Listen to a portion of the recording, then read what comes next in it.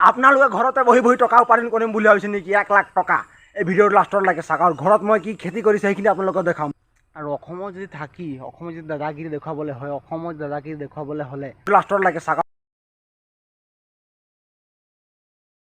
Hello' guys, welcome back to my YouTube channel. আপোনালোকক স্বাগতম জনাইছোঁ। আৰু আজি এটা নতুন ভিডিঅ' আপোনালোকক স্বাগতম জনাইছোঁ। মানে আজি বহুত দিন বল চল দিব পৰা নাই যে মই মানে বহুত দিন এতিয়া ভিউজ চিউজ নাই অহা, বহুত দিন বল চল দিব পৰা নাই। তো আজি মানে কি হ'ল, লাইফ ষ্টাইল এটা ব্লগ মানে আমাৰ ঘৰত বাৰীত কি কি আছে সেইখিনি বস্তু আপোনালোকক দেখুৱাম। আৰু মই ঘৰত মানে ব্যস্ত আছোঁ কেইদিন খেতি পথাৰত, আৰু কি কি খেতি কৰিছোঁ সেইখিনি মই দেখুৱাম। তেনেহ'লে ব্লগ ভিডিঅ'টো আৰম্ভ কৰোঁ। আৰু ফাৰ্ষ্ট টাইম মানে এতিয়া কি হ'ল, মই কল থুৰখন কাটিবলৈ গৈছোঁ। মানে কল পকিছে মানে কোনো গম পোৱা নাই ঘৰত। এইখিনি কল মানে মই কাটিবলৈ গৈছোঁ, মানে গোটেই থুকখিনি গছৰ ওপৰত পকি গৈছে। মই পথাৰত কাম কৰি কৰা সময়ত মানে দেখিলোঁ মানে। তেনেহ'লে সেইখন এতিয়া মানে এইফালে ইয়াত পকা চাওক আপোনালোকে, ইয়াত কাটিম মানে কলটো মই এতিয়া। এইটো পৰিলে চাওক, চাল খানা পৰেগা আজ। মানে মই পথাৰত কাম কৰি দেখিলোঁ মানে এই কল থোকা। অ' বোলো পকিছে, খাব লাগিব। মোক লগৰ ল'ৰাবিলাক কয় মানে কেপি চাকৰ তই কেলৈ নাখাওঁ। মই কেপি চাকৰ সেইবিলাক সেইকাৰণে নাখাওঁ। মই সেইটো খাওঁ যে, সেইটো কাৰণে কেপি চাকৰ এইবিলাক মই বেয়া বস্তু নাখাওঁ। মানে মই ভাবিছোঁ কি মনে মনে ইয়াতে কল থোকখন মই লুকাই থৈ দিম। ৰাতিপুৱা যাবলৈ হ'লে ইয়াৰ পৰা উলিয়াই ল'ম। কোনো মানে ইয়াত মানে মানুহ নোসোমায়। কুকুৰা গঁৰাল এখন বনাইছিলোঁ, মানে কুকুৰা গোটেই মৰি শেষ হৈ গ'ল। গতিকে এতিয়া মানে খেৰ থোৱা হৈছিল মানে। আৰু গতিকে ইয়াতে মই ভাবিছোঁ কল থোকখন লুকুৱাই থৈ দিম, আৰু ৰাতিপুৱা যাবলৈ হ'লে ইয়াৰ পৰা লৈ ল'ম। কি কয়? আৰু মানে মই কি কি খেতি কৰিছোঁ সেইখিনি আপোনালোকক দেখুৱাম মানে। আৰু পটাপট গৰুখিনি বদলি কৰি ল'ম মই। গৰুখিনি বদলি কৰাৰ পাছত আপোনালোকক দেখুৱাম মানে মই কি খেতি কৰিছোঁ নে কি কয় আপোনালোকে নে কি কয়। আৰু এইখিনি কঠীয়া দিছোঁ মানে মাটি ৰুবৰ কাৰণে। আপোনালোকক সেইখিনি কঠীয়া দিছোঁ মাটি ৰুবৰ কাৰণে। আৰু সেই এটা চাইডে বাৰী এটা আছে, সেই তাতো দিয়া হৈছে। আৰু আমাৰ এই চাওকচোন আপোনালোকৰ বাগানখন পাত দীঘল দীঘল হৈ গৈছে, কিন্তু ছিঙা মানুহে নাই। খেতিত লাগি আছোঁ যে, লাহেকৈ ছিঙিব লাগিব। ইয়াত তিতাকেৰেলা কেইটামান লাগিছে। এইবাৰ ইমান ভাল নহ'ল, সময় দিব পৰা নাই। সকলো বস্তু যদি দেখুৱাই দিয়া হয়, কিন্তু চোৰে আহিব বুলিয়ে ভয়। আৰু এইখন এটা কমলা গছ, মানে ইয়াৰ পৰা মই কেইটামান কমলা মানে 100 জোপা কাটিং কৰিম বুলি ভাবিছোঁ মানে। যোৱা বছৰ কি হ'ল, আমাৰ ঘৰৰ পৰা মানে কমলা এইজোপাৰ পৰা চোৰে মানে ইমান ধুনীয়া লাগিছিলে, সেই কমলা মানে চোৰে নি খালে। আমি খাবই নাপালোঁ। কিন্তু এই বছৰ ভাবিছোঁ কি মই এই গছৰ পৰা মানে 100 জোপা কাটিং কৰিম বুলি ভাবিছোঁ মানে। ইয়াৰ পৰা কেইটামান কাটিং কৰি আপোনালোকক দেখুৱাম মানে মই কেনেকৈ কাটিং কৰিছোঁ, আৰু সেই কাটিং কৰা ঠাইডোখৰ আপোনালোকক দেখুৱাম মই। কিন্তু চোৰে খালে এজোপা গছত কিমান ফল লাগিব, খুব বেছি লাগিব 100-200 লাগিব।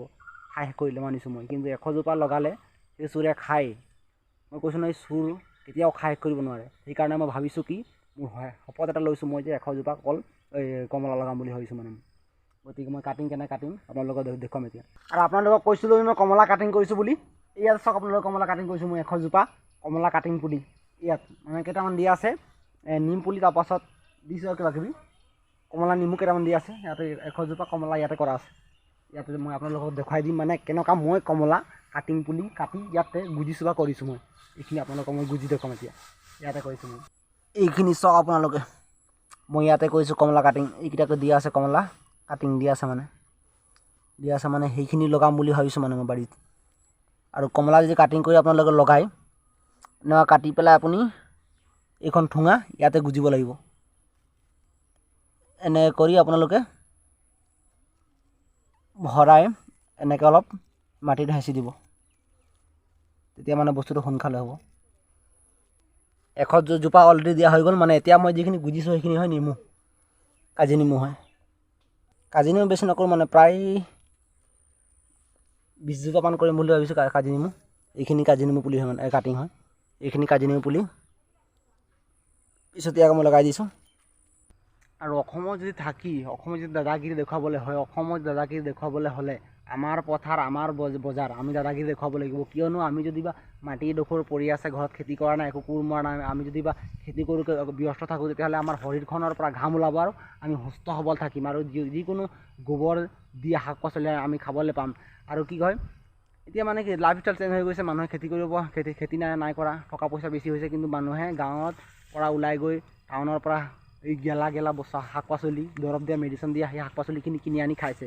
কিন্তু সেইখিনি কিনি খাই লাভনো কি হৈছে? আৰু সেইখিনি যদি কিনি আনিলে আমাৰ 2 টকা পইচা বাচিব, তাৰপাছত আমাৰ হেল্থখনো ভাল থাকিব। আমি যদি ঘৰত কোৰ মাৰোঁ আৰু অলপ মাটি থাকিলে আমি খেতি কৰোঁ, কিবা কৰোঁ, আমি কেৰেলাই শাক পাচলি দাংবডি কিবা কিবি খেতি কৰোঁ নহয়, যদি আমাৰ সেই তাৰ পৰা আমি ভাল ভাল গোবৰ দিয়া শাক পাচলি আমি অৰ্গেনিক খাবলৈ পাম। কিন্তু সেইবিলাক আজিকালি মানুহে নকৰে। ইনষ্টাগ্ৰাম, ফেচবুক, ইউটিউব, ক'ৰবাত চিটিং বাজি সেইবিলাক কৰিয়ে ভাল পায়। কৰক কৰক কৰক, এদিন পস্তাব। কিন্তু আপোনালোকে মোবাইলটোক আপোনালোকে খাব পৰা নাই, কিন্তু মোবাইল আপোনালোকে খাইছে। ইণ্টাৰনেট চলাইছে, চলাওক, এদিন কিন্তু আপোনালোকৰ মজা ওলাব, মজা। কালি পৰহি কেইদিনমান আগতে মানে মই এজেগালৈ ফুৰিবলৈ গৈছিলোঁ। মানে কি হ'ল, তাত চাইছোঁ প্ৰায় মানে আমাৰ মানুহবিলাকৰ প্ৰায় ঘৰে ঘৰে মাটি এনেই পৰি আছে। কিন্তু আপাৰ আছামৰ মানুহবিলাকে কি কৰে, কিন্তু যদি এবিঘা মাটি আছে, প্ৰায় মানুহবিলাকে চাহ খেতি কৰে। চাহ খেতি কৰিলে হয় লাভজনক খেতি, মই মানিছোঁ। কিন্তু চাহ খেতি কৰিবলগীয়া হ'লে কি হয়, মানে বহুখিনি সময় দিবলগীয়া হয়, বহুখিনি ইনভেষ্ট কৰিবলগীয়া হয়। তাৰপাছত কি হয়, মানে চাহ খেতি কৰিলে আমি কলম কাটিবলগীয়া হয়, দৰৱ দিবলগীয়া হয়, মানুহ পাত ছিঙিবলগীয়া হয়। আৰু যেতিয়া নেকি ফাৰ্ষ্ট আমি পাত ছিঙি আমি এজেণ্টক দিয়া হয়, তেতিয়া এজেণ্টে আমাৰ পৰা কি কৰে, ৰেটে নিদি আমাৰ পৰা ঠগি সিহঁতি খাই থাকে।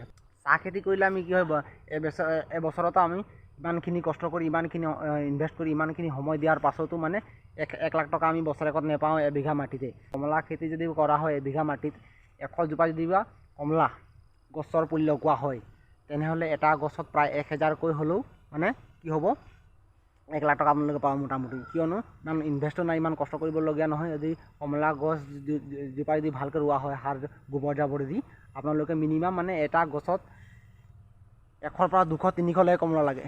কিন্তু আমাৰ ঘৰত এটা ডাঙৰ কমলা গছ আছিলে, আমি কিন্তু সেই কমলা যদি বেচা হ'লহেঁতেন, তেতিয়াহ'লে 1000তকৈ আমি এটা গছজোপাত 1000তকৈ বেছি পালোঁহেঁতেন। কিন্তু 100 জোপা কমলা হ'লে আপোনালোকে 1 লাখ টকা পাব গাৰাণ্টি। চাহ বাগান খেতি কৰি আকৌ লাভজনক খেতি বুলি নহয়, আমি বাহিৰাও খেতি কিছুমান কৰিব পাৰোঁ আৰু ঘৰতে বহি টকা উপাৰ্জন কৰিব পাৰোঁ। আৰু এইখন হৈছে আমাৰ গোলনেমু গছ, গোলনেমু লাগিছে। আৰু ইপিনে আছিলে গোটেই গোলনেমু গোটেই লগোৱা আছিলে, কিন্তু গোটেই পোকে খাই শেষ কৰিলে। এবছৰ যায়হে গোটেই গছখিনি মানে মৰি যায়। এই গছখিনি যাব মানে মৰিবলগীয়া অৱস্থা হৈ আছে, চাওকচোন আপোনালোকে। আৰু এইকেইটা আপোনালোকে চাওক, যোৱা বছৰ মানে মই কাটিং পুলি লগাইছিলোঁ, মানে কাজিনেমু কাটিং পুলি লগাইছিলোঁ, কিন্তু এবছৰত ইমান ডাঙৰ হৈ গ'ল। যোৱা বছৰ আমি এইখিনিৰ পৰা কাটিং পুলিৰ পৰা আমি খাবলৈ পাম গোলনেমু। যোৱা বছৰ লগোৱা এইখিনি পুলি আপোনালোকে চাওকচোন কিমান ডাঙৰ হৈ গ'ল। আৰু বেলেগ পিনে ৰোৱা আছে। গাঁৱত বসবাস কৰা মানুহসকলৰ আপোনালোকে ঘৰে ঘৰে চাবলৈ পাব, বাৰীত কল, বাৰীত কঁঠাল, বাৰীত পুখুৰীত মাছ, ভঁৰালত ধান, পথাৰত খেতি, ঘৰত তামোল পাণ, নেমু, কল, কঁঠাল, কমলা সকলোখিনি পাই যাব। গাঁৱত থকা সকলো মানুহৰ সুবিধাই সুবিধা। কিন্তু আপোনালোকে কিবা এটা কৰক। আৰু মানে কি হ'ল, যাৰ যিটো সুবিধা, মানে চাহ খেতি কৰিব বিচাৰে চাহ খেতি কৰক, মইতো ক'বলগীয়া নাই। যাৰ যিটো সুবিধা, যাৰ যিটো মন যায়, যাৰ যিটো মন যায় কৰিবলৈ, যাৰ চাহ খেতি কৰাৰ পৰা আগ্ৰহ আছে, চাহ খেতি কৰক, একো আপত্তি নাই। আৰু এটা মানে আমাৰ বাৰী আছে, কিন্তু এই বাৰীটোত মই কি খেতি কৰিছোঁ, কিন্তু এইটো ভিডিঅ'টো মই মানে বেলেগ এটা ভিডিঅ'ত আপোনালোকক দেখুৱাম। কিয়নো আৰু যদি মই ভিডিঅ'টো বনাবলৈ যাওঁ, ভিডিঅ'টো বহুত দীঘল হৈ যাব। আৰু মানে মই বাৰীখনত কচু খেতি কৰিছোঁ আৰু কিবা কিবি আছে। কিন্তু সেই কচুখন বেছি মই কিমান টকা পাওঁ, বা সেই কচুখন বেছি মোৰ কিমান লাভ হয়, কিমান খেতি কৰিছোঁ, সেইখিনি বেলেগ এটা ভিডিঅ'ত আপোনালোকক জনাম। যদি বা আজিলৈ ভিডিঅ'টো ভাল লাগিলে लाइक कमेंट शेयर जरूर कर देना, क्योंकि वीडियो को अच्छा लगा तो लाइक कमेंट शेयर जरूर कर देना। नेक्स्ट वीडियो में मिलेंगे भाई बहनों, फिर से नए वीडियो में।